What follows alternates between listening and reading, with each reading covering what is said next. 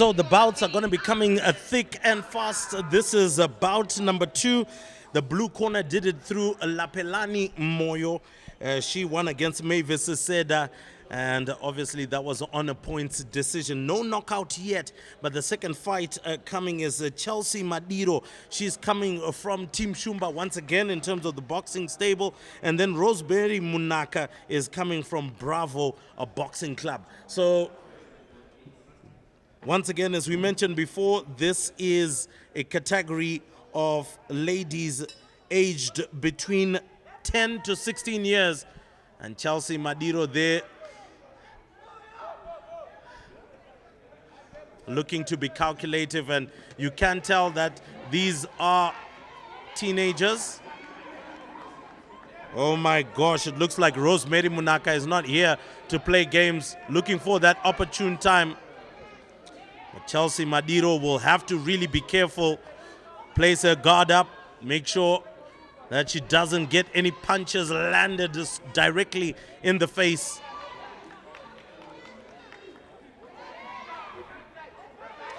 So far doing enough, because Rosemary Munaka looks like she might just be the slightly more built of the two. Whoa, those punches from Rosemary Munaka are coming with the full weight of her body behind it. They're in a category of 48 to 50 kgs. So think of it like a sack of fertilizer right on you, landing with its brute force.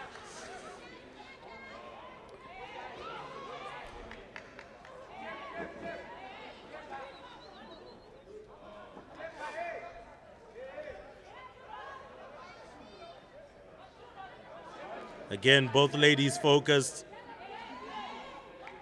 Chelsea Madiro doing well to just stay out of the way. Good punch.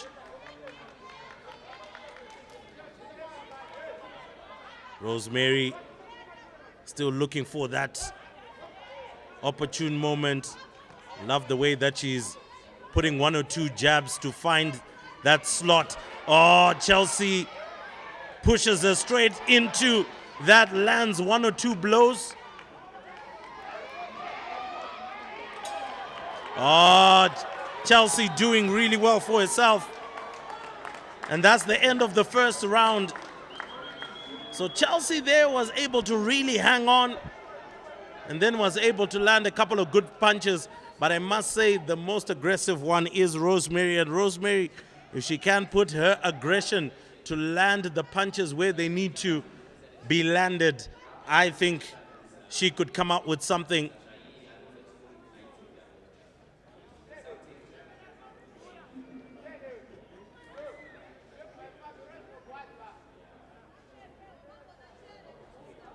So I have always wondered just how much fresh air a towel can bring, especially if it's a jam-packed auditorium and it's blazing hot. Never understood it, but nonetheless, it seems to do the business for the boxers. But I would recommend a fan nonetheless, a fan. So Munaka and Madiro getting ready to start the second round. Will we see the first knockout of the night as they come out of their corners? Chelsea with that interesting step coming into the midst of it. There we go. So Munaka needs a bit more direction in terms of her punching. Needs not to close her eyes because she's losing focus. And Madiro is finding opportunity of landing good punches. Again, another good punch. Now looking to just throw absolutely everything in the direction of Madiro. Munaka. And Munaka looking like she's getting a little bit tired there. As I mentioned before, it seemed like, oh, Munaka is in trouble. She's right on the ropes. Right on the ropes.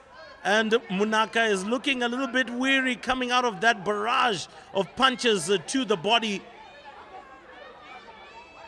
And Madiro sensing blood here.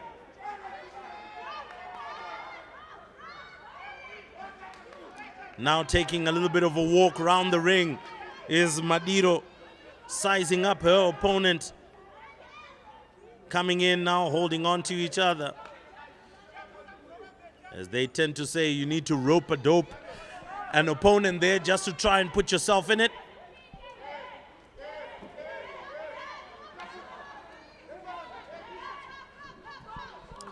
Another good...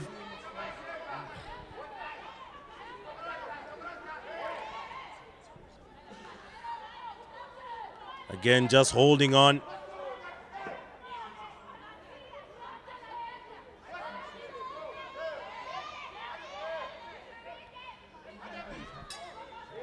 Another good punch from Madiro ends the second round. And Munaka here just not making the best use of what would be an opportunity. So Munaka going into this third round will need a little bit more precision if she is to get things going. If you are just tuning in, you are watching live and direct from Harare, Zimbabwe at Motor Action Sports Club, the ultimate knockout boxing tournament. And it's got many age groups. Remember, it is an amateur boxing tournament. Wes McDade has put together this tournament. Of course, he's got quite a number of boxers in the Shumba stable, the Team Shumba stable. He's done quite a lot in terms of his own boxing career and now wants to afford an opportunity to amateur boxers to develop the sport in Zimbabwe. And it is necessary that it comes in that light. We have seen many boxers that have taken to the ring, have done well for Zimbabwe. And in more recent times, especially in the female category, we saw Kuda take money Chiwandire, retaining a title at the Harare International Conference Center. Unfortunately, a belt that she then lost when she went over to Mexico. But bringing back our focus to the amateur stage, Madiro now pushing Munaka into the corner with a couple of good blows. If Munaka is to look at this more succinctly and specifically, she should feel that she should have the upper hand, but she might be struggling from the height and the reach of Madiro, who is just slightly taller. Is not necessarily as built as Munaka, but her reach is allowing her to do the most. A couple of good body blows trying to wear down Munaka, and Munaka was about to sit down there, and once again maybe she needs to take the opportunity, landing a couple of good punches. Great blows from Madiro. Munaka needs to try and counter-attack here. She might be losing a couple of points. Once again holds on to Madiro.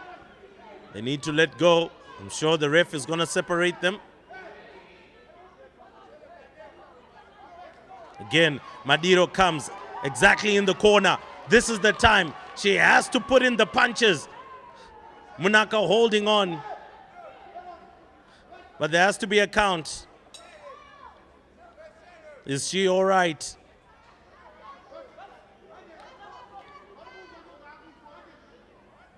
It looks like that's the end of it in this particular round.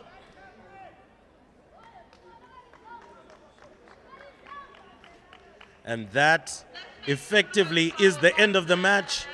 It is going to be headgear off, but that was a very decent bout. We couldn't get a knockout, but a decent fight, a bit more precision, calculation to try and get into the opponent.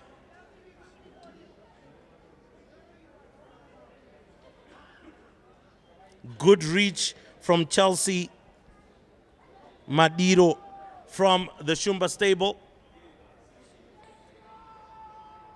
And here they are. We wait for the announcement of the winner of this bout. Munaka kind of sensing that it might be difficult. And there we go. Chelsea Madiro by unanimous decision wins this one. She is, of course, disappointed, Munaka, and I felt that she should have had this fight in the bag, but she just threw so many punches, wasn't as accurate. And Chelsea Madiro there quietening the crowd and bags another one for the blue corner. So 2 wins for the blue corner. The red corner still yet to get a win in that one. And representing the red corner, we got Tino